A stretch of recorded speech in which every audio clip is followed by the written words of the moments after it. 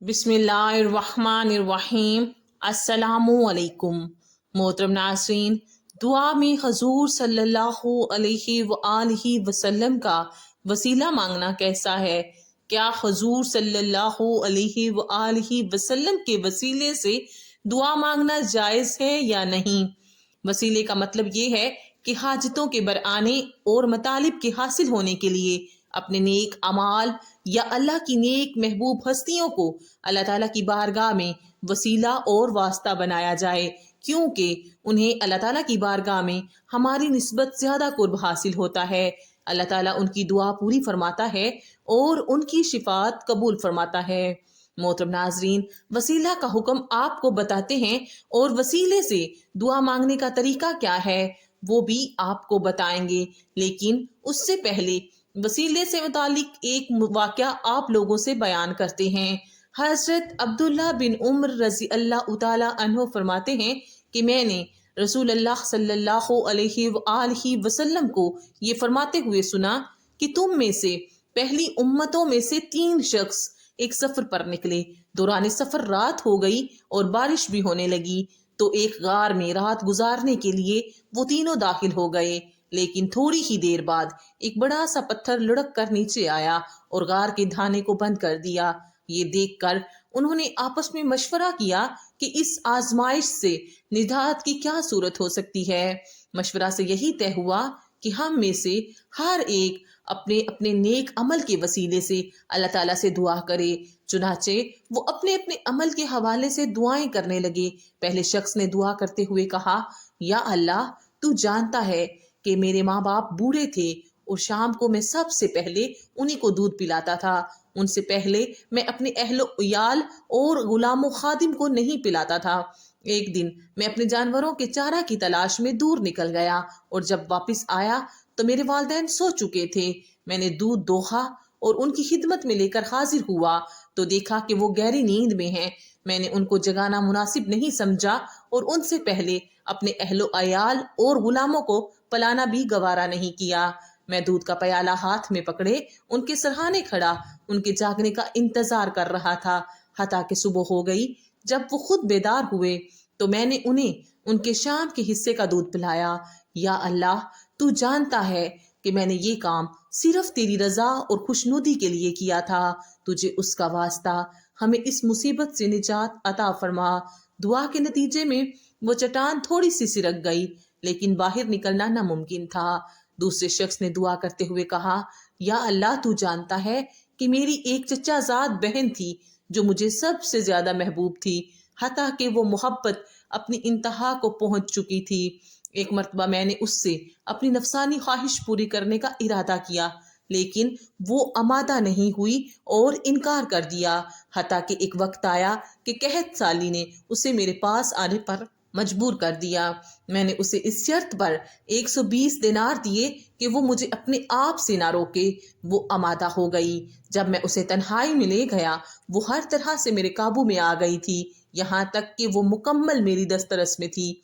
इसी दौरान उसने मुझसे कहा कि अल्लाह से डरो। उसके उन अल्फाज ने या अल्लाह तेरा खौफ मेरे ऊपर तारी कर दिया और मैं उससे दूर हो गया। हालांकि वो औरतों में मुझे सबसे ज्यादा महबूब थी और मैं नफसानी ख्वाहिशात को पूरा भी कर सकता था, लेकिन तेरे खौफ से मैंने गुनाह छोड़ दिया।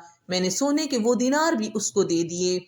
या अल्लाह, अगर ये काम मैंने तेरी रजा के लिए किया था तो तू हमें इस मुसीबत से निजात अता फरमा। चुनाचे वो चट्टान कुछ और सिरक गई, लेकिन बाहर निकलने का रास्ता अब भी बदस्तूर नाकाफी था। तीसरे शख्स ने दुआ मांगते हुए कहा, या अल्लाह, तुझे मेरी हकीकत हाल अच्छी तरह मालूम है। मैंने अपने काम के लिए कुछ मजदूरों को उजरत पर रखा था। सबकी उजरत मैंने अदा कर दी। सिर्फ एक मजदूर नाराज होकर अपनी मजदूरी लिए बगैर चला गया। मैंने उसकी मजदूरी से गल्ला खरीदा, उसे बोया, फिर उससे बतदरीज बकरी, गाय और गुलाम वगैरह खरीदे, हता कि वो बहुत सारा माल जमा हो गया। कुछ अरसे के बाद वो आया और कहने लगा कि ए अल्लाह के बंदे, मुझे मेरी उजरत अदा कर दे। मैंने कहा, ये ऊंट, गाय, बकरियां और गुलाम जो तुझे नजर आ रहे हैं ये सब तेरी उजरत का समर हैं। तुम इन सब के मालिक हो اس نے کہا اللہ کے بندے مجھ سے مذاق نہ کرو۔ میں نے کہا میں تم سے مذاق نہیں کر رہا بلکہ حقیقت بیان کر رہا ہوں۔ چنانچہ وہ سارے کا سارا مال لے کر چل دیا۔ یا اللہ میں نے یہ کام اگر صرف تیری رضا کی خاطر کیا ہے تو تو ہمیں اس مصیبت سے نجات عطا فرما۔ وہ چٹان بالکل ہٹ گئی اور غار کا منہ کھل گیا اور تینوں باہر نکل آئے۔ سبحان اللہ۔ حضرت انس رضی اللہ تعالی عنہ سے روایت ہے کہ جب لوگ قحط میں مبتلا ہو جاتے تو حضرت عمر بن خطاب رضی اللہ تعالی عنہ نبی کریم صلی اللہ علیہ وآلہ وسلم کے چچا عباس بن عبد المطلب کے وسیلہ سے دعا کرتے اور فرماتے کہ اے اللہ ہم تیرے پاس تیرے نبی صلی اللہ علیہ وآلہ وسلم کا وسیلہ لے کر آیا کرتے تھے تو تو ہمیں سیراب کرتا تھا۔ اب ہم لوگ اپنے نبی کے چچا حضرت عباس رضی اللہ تعالی عنہ کا وسیلہ لے کر آئے ہیں، ہمیں سیراب فرما۔ راوی کا بیان ہے کہ یہ لوگ سیراب کیے جاتے یعنی بارش ہو جاتی۔ حضرت عثمان بن حنیف رضی اللہ تعالی عنہ فرماتے ہیں کہ ایک نابینا آدمی رسول اللہ صلی اللہ علیہ وآلہ وسلم کی خدمت میں حاضر ہوا اور درخواست کی کہ اللہ سے میرے لیے عافیت اور تندرستی کی دعا مانگیے۔ آپ صلی اللہ علیہ وآلہ وسلم نے فرمایا اگر چاہو تو آخرت کے لیے دعا مانگو، یہ تمہارے لیے بہتر ہے، اور چاہو تو ابھی کے لیے دعا کر دوں۔ اس نے عرض کیا دعا فرما دیجئے۔ آپ صلی اللہ علیہ وآلہ وسلم نے اسے کہا کہ اچھی طرح وضو کرو اور 2 رکعتیں پڑھ کر یہ دعا مانگو، اے اللہ میں آپ سے سوال کرتا ہوں اور آپ کی طرف متوجہ ہوتا ہوں رحمت والے نبی صلی اللہ علیہ وآلہ وسلم کے وسیلہ سے۔ اے محمد میں نے آپ کے وسیلہ سے اپنے پروردگار کی طرف توجہ کی اپنے اس حاجت کے سلسلے میں تاکہ یہ حاجت پوری ہو جائے۔ اے اللہ محمد صلی اللہ علیہ وآلہ وسلم کی سفارش میرے بارے میں قبول فرما لیجئے۔ محترم ناظرین، اس حدیث کا خلاصہ یہ ہے کہ دعا بغیر وسیلے کے بھی قبول ہوتی ہے، لیکن نیک اعمال اور نیک اشخاص بالخصوص امام الانبیاء حضرت محمد صلی اللہ علیہ وآلہ وسلم کے وسیلے سے دعا بہت جلد قبول ہوتی ہے۔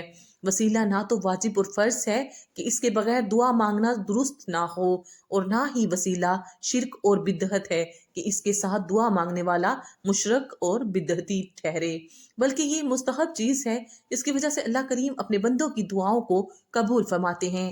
بے شک سبحان اللہ۔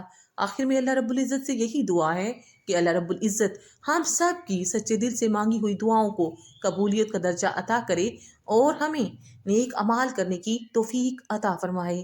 آمین۔ اللہ رب العزت آپ سب کا حامی و ناصر ہو۔ آمین ثم آمین یا رب العالمین۔